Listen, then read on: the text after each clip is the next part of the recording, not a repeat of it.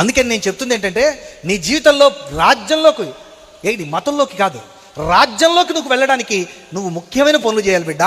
అవి నువ్వు చేస్తే రాజ్యానికి వస్తావు. అర్థమైందండి గురుగారు? ఏంటి ఎక్కడికి వెళ్ళాలి? రాజ్యానికి వెళ్ళాలి. రాజ్యానికి వెళ్ళాలంటే ఏం చేయాలని చెప్తాడు? ఇప్పుడు మిమ్మల్ని యేసుక్రీస్తు ప్రభు ఇక్కడ నిలబడ్డాడు అనుకోండి, ఈయన మిమ్మల్ని రాజ్యానికి వెళ్ళాలని అడుగుతున్నాడు. He invite you, come to God's kingdom. ఎట్లా వస్తావు? ఏం చేస్తే వస్తావు? అప్పుడు ప్రభు అడుగుతున్నాడు. నువ్వు ఒకవేళ బయట నిలబడితే ఆ ద్వారం దగ్గర నిలబడి ఈ దేవుడు అడుగుతున్నాడు నిన్ను, ఫలానా క్వాలిఫికేషన్ ఉంటేనే నువ్వు లోపలికి వచ్చేస్తావు, లేకపోతే బయటికి వెళ్ళిపో అని అంటాడు. అర్థమవుతుందా? ఇందుకు ఏ క్వాలిఫికేషన్ ఉండాలి ప్రభు అని నువ్వు అడుగుతావు. అప్పుడు ఆయన ఏమంటాడంటే, నేను చెప్పిన క్వాలిఫికేషన్ ఉండాలంటాడు.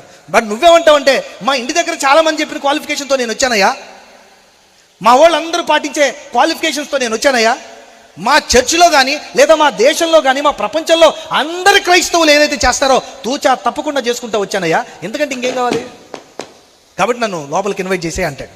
అయితే ఏం చేసావని అడుగుతాను నేను. అప్పుడు నువ్వేం చెప్తావు అంటే, పాట పాడా. ఏం పాడా? వండర్ఫుల్గా పాడా. ఆర్కెస్ట్రా పెడితే ఆర్కెస్ట్రా వాళ్ళు కూడా ఆశ్చర్యపోయేవాళ్ళు. అంత గమకాలతో కూడిన పాట అదిరిపోయేది, స్టేజ్ ధనదందనలు ఆడిపోయేది, అద్భుతంగా పాడేశా, ఇంకంతకంటే ఏం కావాలి? ఆరాధన చేశాను.